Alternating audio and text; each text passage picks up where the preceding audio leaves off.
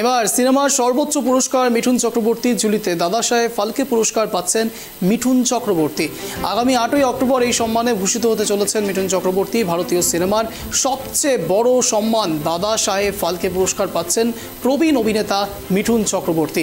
ভারতীয় সিনেমায় বিপুল অবদানের জন্য মিঠুন চক্রবর্তীকে দাদা সাহেব ফালকে সম্মান দেওয়ার সিদ্ধান্ত নিলেন নির্বাচকরা। এই পুরস্কারের কথা ঘোষণা করেছেন তথ্য এবং সম্প্রচার মন্ত্রী অশ্বিনী বৈষ্ণব। বিখ্যাত চিত্র পরিচালক মৃণাল সেনের হাত ধরে শুরু হয়েছিল মিঠুনের কেরিয়ার। প্রথম ছবি মৃগয়াতে অভিনয়ের জন্য জাতীয় পুরস্কার পেয়েছিলেন। এরপরেও দুবার জাতীয় পুরস্কার পেয়েছেন মিঠুন চক্রবর্তী। এই মুহূর্তের বড় খবরের দিকে নজর। দাদা সাহেব ফালকে পুরস্কার পাচ্ছেন প্রবীণ অভিনেতা মিঠুন চক্রবর্তী।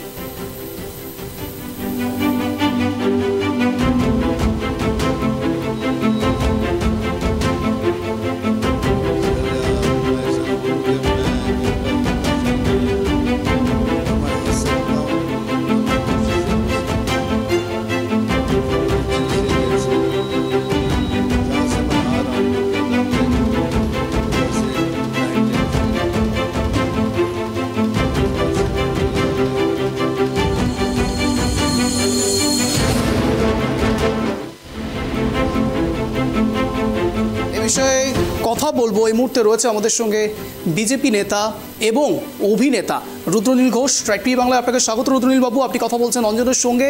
আপনার কাছ থেকে জানার চেষ্টা করব, দাদা সাহেব ফালকে পুরস্কার পাচ্ছেন প্রবীণ অভিনেতা মিঠুন চক্রবর্তী, কি বলবেন? প্রথম কথা হচ্ছে যে দাদা সাহেব ফালকে পুরস্কারটা যে কোনো অভিনেতার পক্ষে একটা অনেক বড় ড্রিম। তো সেই বিরলতম পুরস্কার সবাই বোধহয় রেখে যায় না আর কি, তাদের হয় না, অনেক সময়তেই হয় না। কিন্তু মিঠুন চক্রবর্তী এমন একজন ভার্সেটাইল অ্যাক্টর যিনি চিরকাল, যেটা খুব রেয়ার আর কি বলা যায়, যে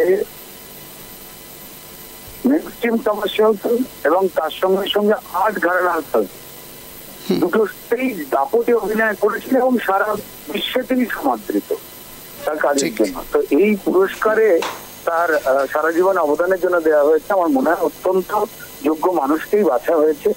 আর যেহেতু কাজ থেকে মিঠুন চক্রবর্তীকে চিনি খুব কাজ, মানে ভেতর থেকে জানি ব্যক্তিগত ভাবে, তাই অত্যন্ত ভালো লাগছে। এটা মিঠুন চক্রবর্তী তো শুধুমাত্র পশ্চিমবঙ্গের গর্ব নামে ভারতের নয়, মানে সারা পৃথিবীতে ওনার কাজের গুণগ্রাহী দর্শক রয়েছে। এটা সবার কাছে একটা বড় পাওনা হলো। আমাদের দেশের সিনেমার ক্ষেত্রে অন্যতম একটা সেরা পুরস্কার, চূড়ান্ত বড় সেরা বিরল পুরস্কার। খুব ভালো লাগছে, খুব আনন্দ হচ্ছে।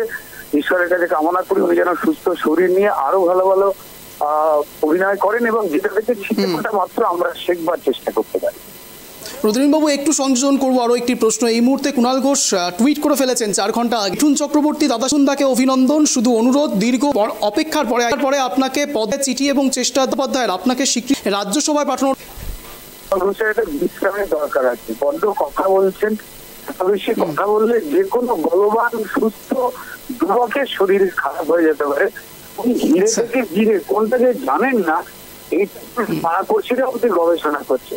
আমার কুণালদার শরীরের সুস্থতা কামনা করছে। উনি 3 জন 1 সপ্তাহ একটু নিরাপত্তা পালন করুন, দেখবেন উনি আবার মানুষের পছন্দ মানুষ এবং সংস্থার পছন্দের মানুষ হবেন।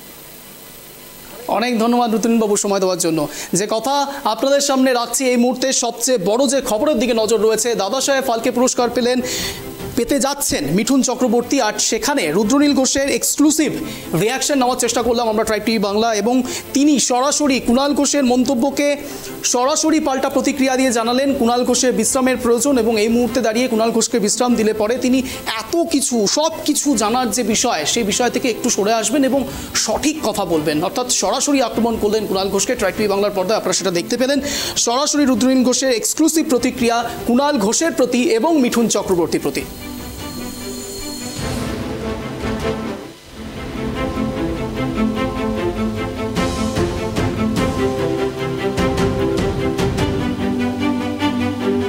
सर मैं सच बोलूं कि मेरे पास कोई भाषा ही नहीं है।